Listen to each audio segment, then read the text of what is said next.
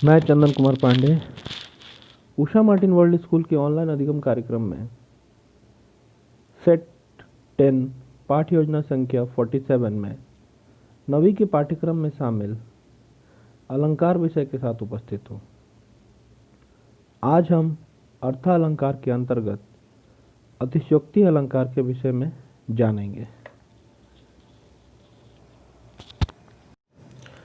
अतिशयोक्ति अलंकार जहाँ वर्ण या वस्तु उपमेय की लोक सीमा से बढ़कर प्रशंसा की जाए, वहाँ अतिशयोक्ति अलंकार होता है। अतिशयोक्ति का शाब्दिक अर्थ होता है बढ़ा चढ़ाकर कही गई उक्ति। इसमें किसी वस्तु का आवश्यकता से अधिक बढ़ा चढ़ाकर वर्णन होता है। अतिशयोक्ति अलंकार में मुख्य रूप से उपमेय जिसकी तुलना की जाए, उस विषय वस्तु की लोक सीमा जो सामान्यतः जो संसार में जनता के बीच में जिस तरह से उसका वर्णन होता है, उससे अधिक कई अधिक बढ़ा चढ़ाकर जब किसी विषय वस्तु का वर्णन किया जाए, तब हम उसे अतिशयोक्ति अलंकार कहते हैं। अतिशयोक्ति अलंकार का शाब्दिक अर्थ ही होता है बढ़ा चढ़ाकर कही गई उक्ति अर्थात कथन।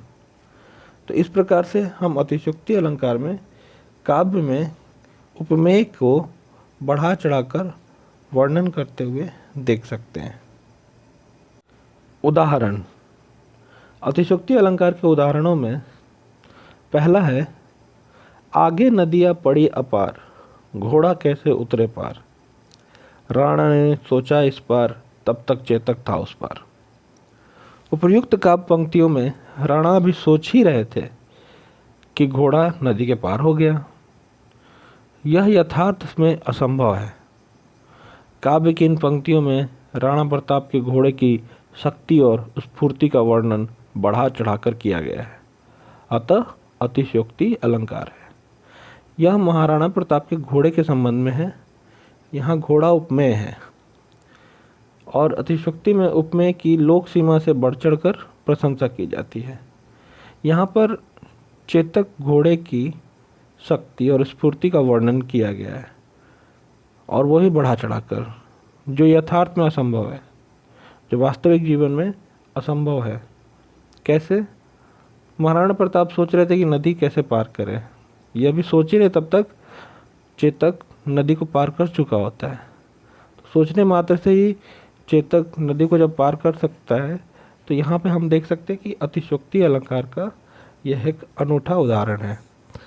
दूसरा है हनुमान की पूंछ में लगन न पाई आग, लंका सिगरी जल गई गए निशाचर भाग।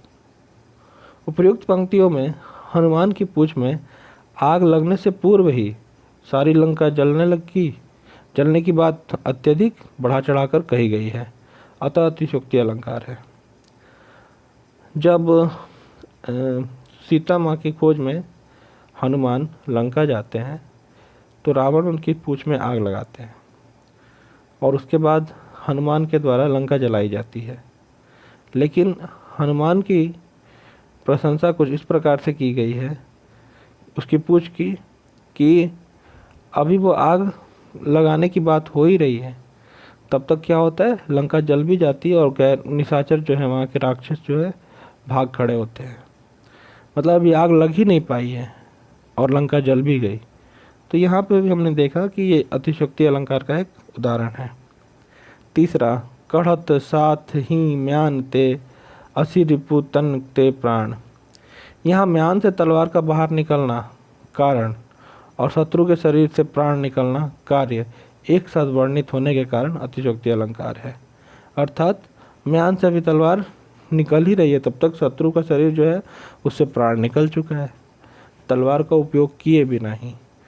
तो यहाँ पे हमने देखा कि किसी विषय वस्तु के बारे में तलवार के बारे में बढ़ा चढ़ाकर वर्णन किया गया है।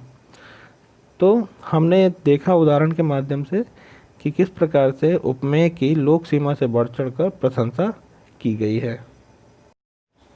अन्य उदाहरण, भूप सहस 10 एक कहीं 12, लगे उठावन टरत नटारा।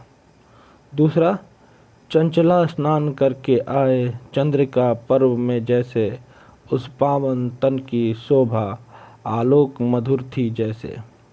तीसरा, वह सर इधर गांडीव गुण में से जैसे भिन्न ही हुआ, धड़ से जयद्रथ का इधर सिर छिन्न वैसे ही हुआ।